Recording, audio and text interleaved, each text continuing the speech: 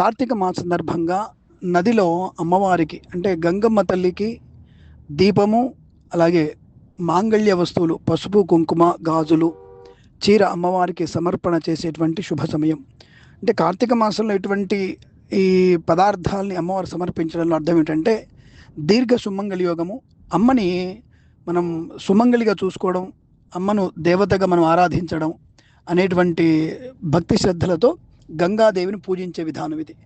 So అక్కడ ఉన్నటువంటి వస్త్రాలు అందులో వేసిన తర్వాత పాపం ఆ పడవ వాళ్ళు ఇంకెవరైనా వాళ్ళు తీసుకెళ్లి వాళ్ళు దాన్ని వినియోగించుకోవడం, అమ్మవారి ప్రసాదంగా వినియోగించుకే వాళ్ళు ఉంటారు.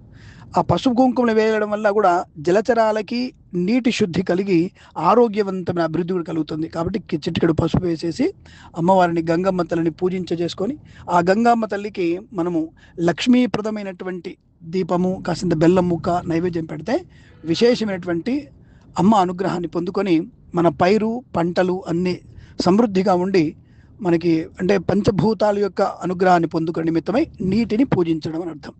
సర్వే జనా సుఖినో భవంతు, అఖండ ఐశ్వర్యమస్తు.